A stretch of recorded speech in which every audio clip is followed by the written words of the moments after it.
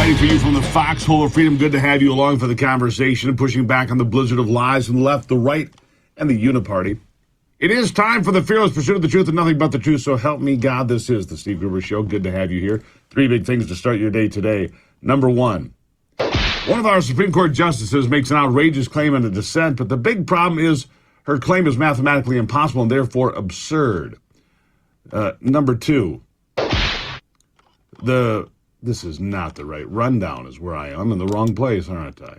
How about this? This will make you feel better about everything. How about this?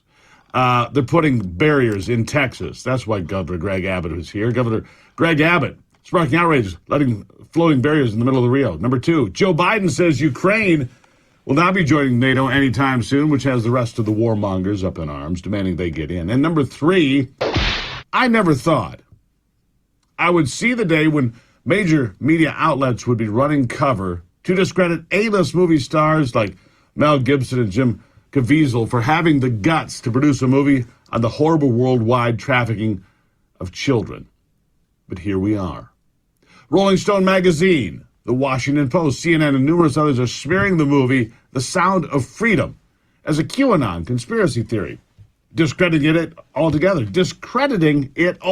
But what is certain is that millions of people have seen this film since it was released on the 4th of July, over $40 million so far. It is outperforming the gutless Indiana Jones movie that once again destroyed an iconic Hollywood character in pursuit of woke justice, with a girl boss running Harrison Ford all over the screen.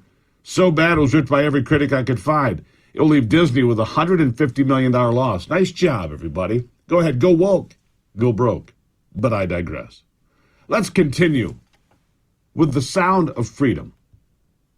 It paints a very dark and ugly picture of the world beyond the edge of the light, where criminals, no, make that monsters, live and prey upon children that are stolen and then sold over and over and over again.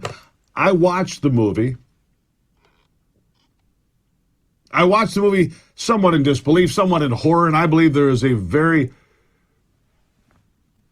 honest conversation to have here.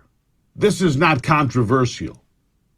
This is not controversial, and shame on the Washington Post and Rolling Stone and CNN and MSNBC and all the rest. Human trafficking is very real of children, should be condemned by everyone. But instead, it is the movie and the people in it that are being attacked. Think about that.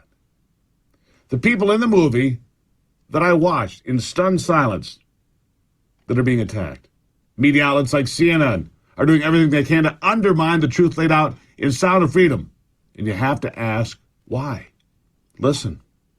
And you seem pretty familiar with him because he doesn't really hide his association with this real wild plot that involves, drinking the blood of children and things like that. No, he doesn't hide it at all. And you have a lot of people who are in this world of QAnon who say, oh, they don't know what that is. They've never heard of it. They're just asking questions.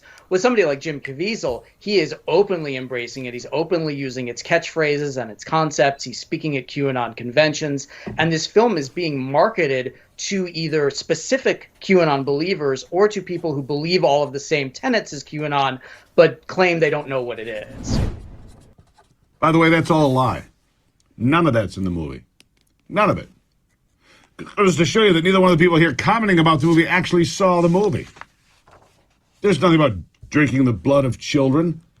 There's the trafficking of children for sex, pedophiles, underworld, scummy people in Honduras, in Colombia, in South America. Has nothing to do with anything they just said. These lowlifes have never even seen the movie. Yeah, here we are. Once again, these people attacking it for what? They never even watched it. That's the really amazing thing. Never even watched it.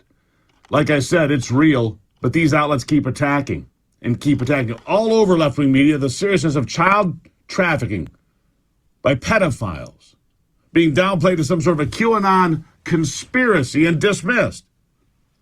Here's more. The Sound of Freedom does focus on a real issue of sex trafficking, but that theme, it's sort of like that kernel of truth that feeds the QAnon conspiracy theory. Tell us how those two things work together. Sure. And the most durable and the most believable conspiracy theories are not entirely false. There's something in them that is true, and the rest of it is false. But the believers point to the one true thing, and they say, oh, you don't believe that this particular thing is true. In terms of child trafficking, we know trafficking is real. We know it has real victims. No one is denying that. But these films are created out of moral panics. They're created out of bogus statistics.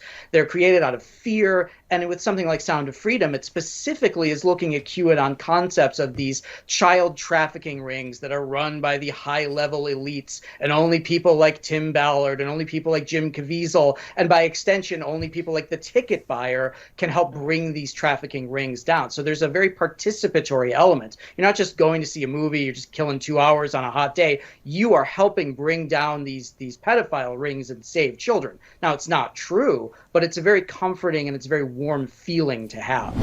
Again, completely dishonest. None of those things are in the movie. None of it. These people are stone cold liars. It shows drug cartels and dirtbags and bottom feeders exploiting children, stealing children to sell them to pedophiles. That's what the movie is about. It's gut-wrenching. You must see it. And then you'll know the truth about this. And what the Sound of Freedom really is an honest look at how grotesque humanity can be sometimes. It's really shocking that major media outlets are ignoring the Sound of Freedom and blasting the people who made a daring film, a true story I might add, about real men, alpha men, who put their lives, their fortunes, their freedom on the line to save kids in some of the most dangerous places in the world.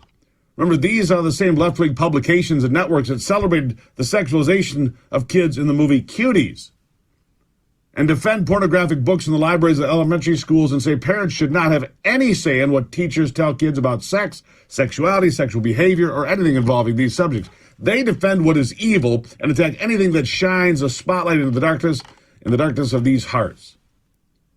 Anyone who would involve themselves with pedophilia or try to change such words to things like minor attracted person, which I will never do. They're pedophiles. Words matter. These people should be sent to prison forever. Seriously. Sexually abusing a child should be a mandatory life sentence or worse. And for Jim Caviezel and the people that work together to make this film, I applaud them. We're going to hear from him in a moment here. But the most outrageous thing so far are people like whoever that clown was on CNN, a guy who does some podcast about the rise of QAnon. Talk about conspiracy theory. Anybody who's on the right's involved with QAnon. There's the conspiracy theory. Morons like this guy that spread this propaganda on CNN or in the Washington Post or on the pages of Rolling Stone magazine, they're propagating their own conspiracy theory, claiming there's a conspiracy theory. Work that out for a second while we take a break here, because Jim Caviezel will be on when we come back. We'll hear from him and others. Good to have you. It's the Steve Gruber Show starting the week. Don't go anywhere.